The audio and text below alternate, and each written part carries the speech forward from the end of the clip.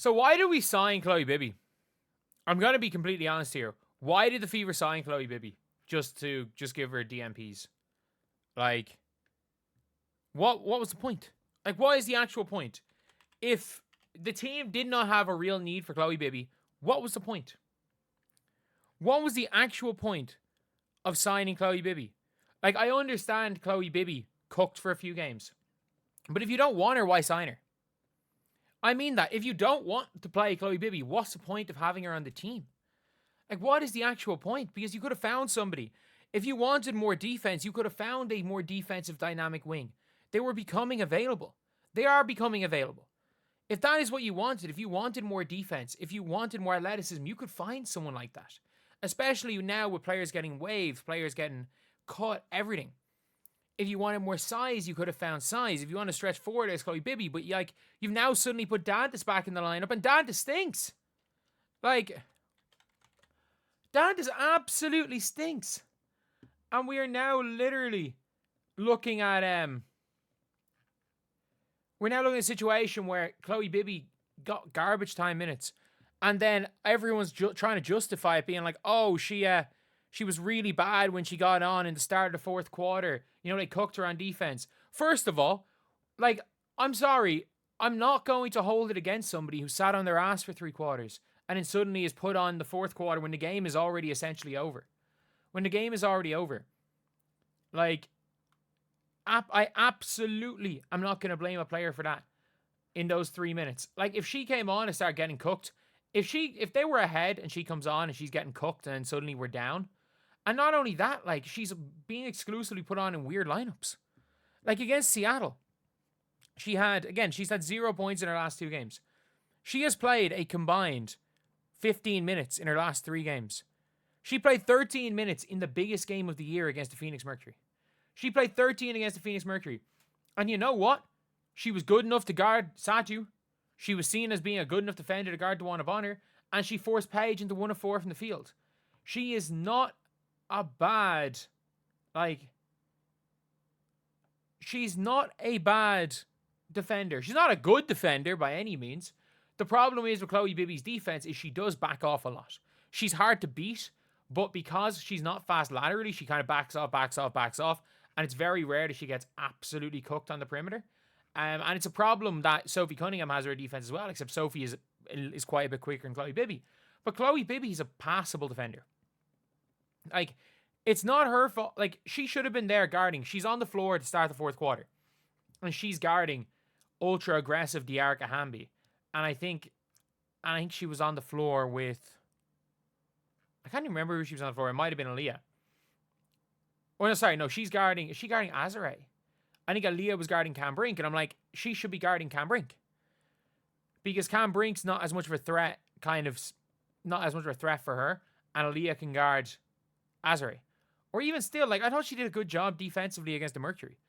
I didn't understand why they were out there, posting, why they were out there subbing her off against the Mercury for defensive reasons. But, like, she had, in her first 3 games, she was 2 of 4, 2 of 4, and 2 of 3 from 3.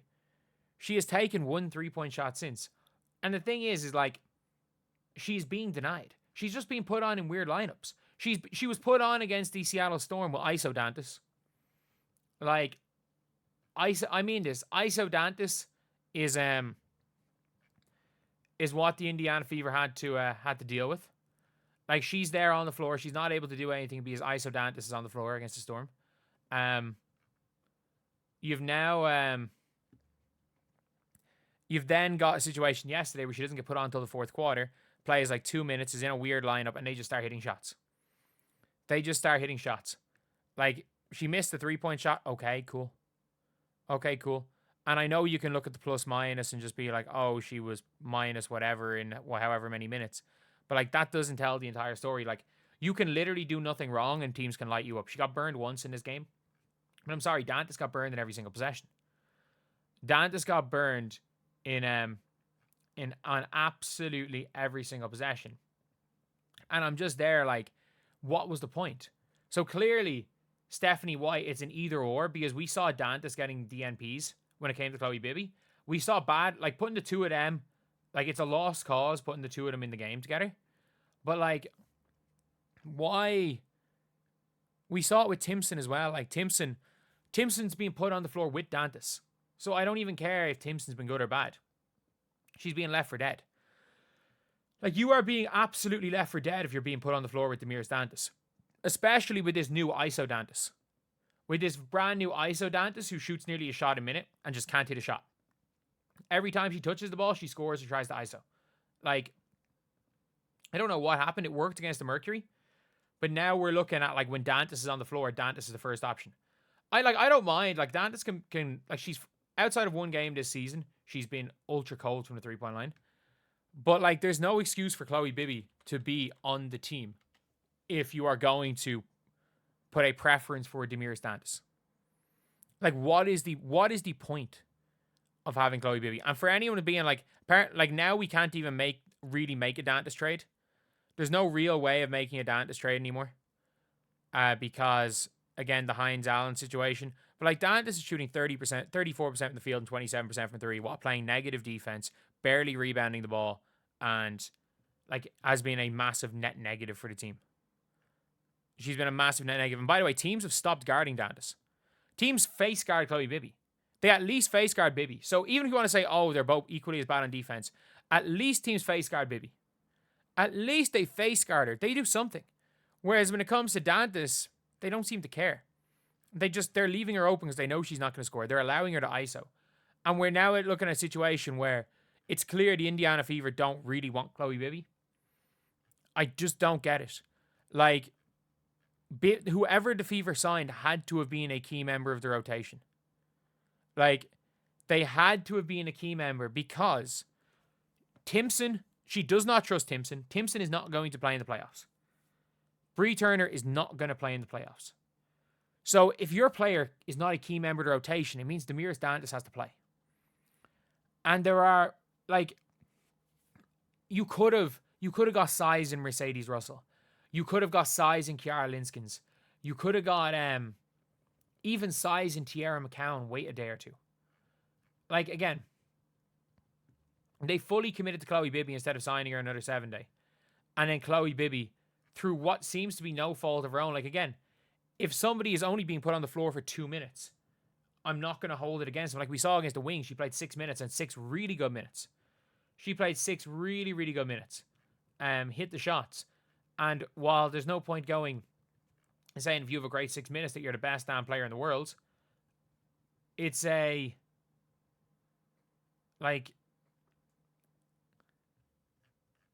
same if somebody plays badly in a few minutes.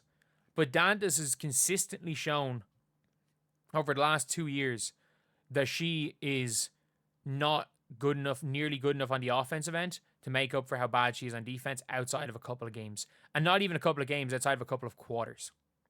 Like, if we look at good games Dantis has played over the last few years, it has been Dantis dropping 7 points in a minute. She has had about 5 good quarters in 2 years. And Khloe Bibby is somebody that at least deserves a chance. Like, Dantis has had her chance. She has not taken her chance and she's stunk it up for an entire year. There is, not only is Khloe Bibby a better basketball player, like, what was the point? Like, by not playing Khloe Bibby, you have just limited your roster to 9 players in the playoffs. And again, one of those 9 players being Demiris fucking Dantis, who is garbage. And the reason why I absolutely I'm going to be as, like, annoyed as possible with Dantis is every single time I make a video being like, you know what, Dantis is done, she goes and cooks the next game. So I'm being honest. It comes from the heart, my frustration with Demiris Dantis. But again, every time I call out Dantis, she goes and cooks.